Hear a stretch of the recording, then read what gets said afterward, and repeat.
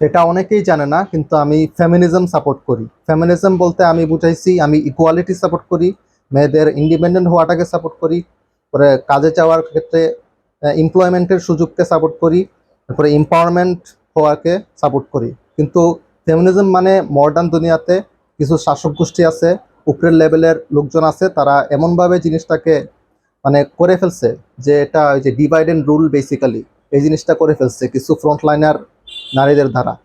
তো বেসিক্যালি এখনকার সময়ে ফেমিনিজমটাকে তারা বলে বলে দিচ্ছে যে এটা কম্পিটিশন, মেয়েরা ছেলেদের কম্পিটিশন, পুরুষরা ভালো নাই, সেই সেই তো এসব বাজে বাজে কথা বলে, তো মানে একটা যুদ্ধ লাগাইতে চায়, এটা বললাম আর কি। তো আমি অবশ্যই ফেমিনিজম সাপোর্ট করি, অনেক আগে থেকেই করে আসছি।